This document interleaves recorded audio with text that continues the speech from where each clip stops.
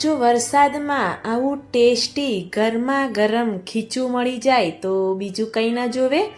અને આ ખીચું છે એ હું ચોખાના લોટનું નથી બનાવવાની, એકદમ હેલ્ધી ડાયટ માટે પણ તમે ખાઈ શકો એવું ટેસ્ટી મકાઈના લોટનું આજે હું અહીંયા ખીચું બનાવીશ. તમે પણ વિચારતા હશો કે ચોખાના લોટનું તો ખીચું બને પણ મકાઈના લોટનું, પરંતુ ચોખાના લોટના ખીચાને પણ ટક્કર મારે તેવું ટેસ્ટી એવું મકાઈના લોટનું ખીચું બની અને તૈયાર થાય છે. હેલો એવરીવન, સ્વાગત છે તમારું અર્ચનાની વાનગીમાં. વિડીયો સ્કીપ કર્યા વગર એન્ડ સુધી જોતા રહેજો. ખીચું બનાવવા માટે એક મોટું બાઉલ લઈ લેવાનું અને મેં અહીંયા કપના માપ પ્રમાણે મકાઈનો લોટ લઈ લીધો છે.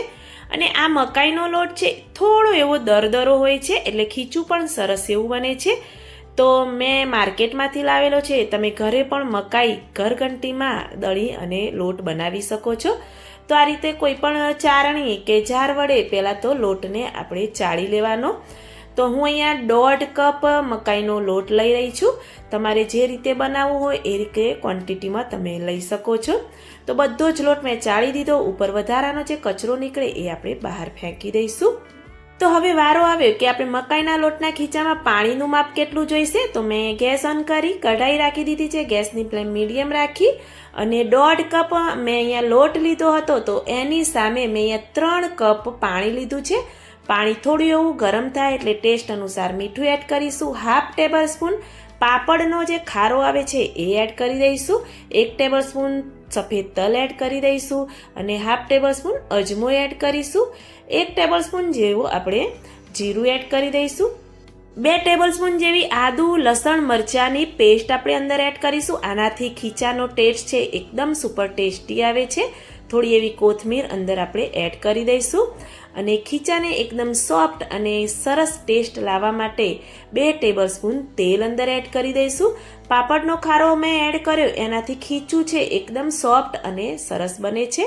તો ઢાંકણ બંધ કરી અને પાણીને આપણે ઉકળવા દઈશું. જેટલું પાણી ઉકળશે એટલું જ આપણું ખીચું સરસ એવું ટેસ્ટી બની અને તૈયાર થશે. પાણીને આપણે ફૂલ ગેસની ફ્લેમ પર 5 થી 7 મિનિટ માટે ઉકળવા દઈશું. 5 મિનિટ જેવું થઈ ગયું, આપણે ચેક કરીશું. તમે જોઈ શકો છો કે પાણીનો કલર પણ સરસ એવો ચેન્જ થઈ ગયો છે અને પાણી ઉકળ્યું છે એટલે થોડું એવું પાણીનું પ્રમાણ પણ ઓછું થઈ ગયું છે. તો પરફેક્ટ આપણું પાણી ઉકળીને તૈયાર થઈ ગયું છે.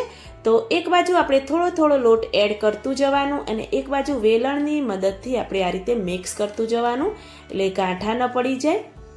અને આ સમયે ગેસની ફ્લેમ છે એકદમ મીડિયમ કરી દેવાની. તો આ રીતે થોડો થોડો બધો જ લોટ આપણે ઉપયોગ કરી દેવાનો છે, પરંતુ થોડો થોડો તમે એડ કરશો એટલે સરસ એવો લોટ બનીને તૈયાર થશે. અને તમે જોઈ શકશો મેં બધો જ લોટ અંદર એડ કરી દીધો છે અને આ રીતે બધું જ વેલણની મદદથી સરસ એવું મિક્સ કરી દઈશું અને ઢાંકી અને મીડિયમ ગેસની ફ્લેમ પર એને થવા દઈશું, થોડું એવું થીજવા દઈશું. તો નીચે ચોંટે નહીં, દાજે નહીં, એટલે વચ્ચે વચ્ચે આપણે ખીચું છે એને થોડું એવું હલાવતા રહેવાનું. તો 3 મિનિટ જેવું થયું તો મેં ખોલી અને ફરીથી આ રીતે હલાવ્યું.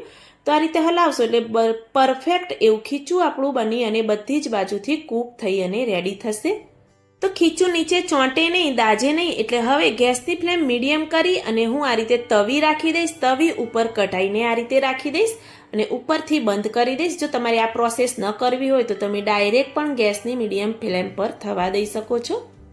તો તવી ઉપર રાખ્યું તો 3 થી 4 મિનિટ જેવો સમય લાગ્યો. તો હવે આપણે ચેક કરીશું.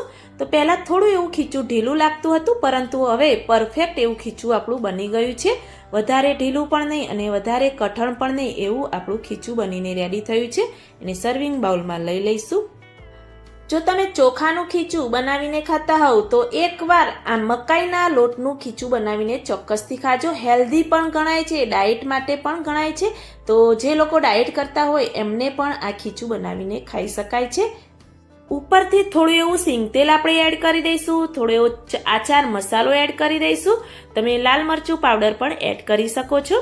તો સરસ મજાનો વરસાદ પડતો હોય અને આપણને કોઈક આવું ગરમા ગરમ ખીચું બનાવીને આપી દે તો ખાવાની મજા એકદમ બમણી બની જાય છે. જો તમે ચોખાનું ખીચું બનાવીને ખાતા હોવ તો એકવાર આ ખીચું બનાવીને ચોક્કસથી ટ્રાય કરજો. તમે ચોખાનું ખીચું પણ ખાવાનું ભૂલી જશો, એવું ટેસ્ટી બને છે. જો રેસીપી સારી લાગી હોય તો મારી ચેનલને લાઇક, શેર, કમેન્ટ કરો. મળીએ કોઈ એક નવા વિડીયો સાથે, નવી માહિતી સાથે. ત્યાં સુધી બાય બાય.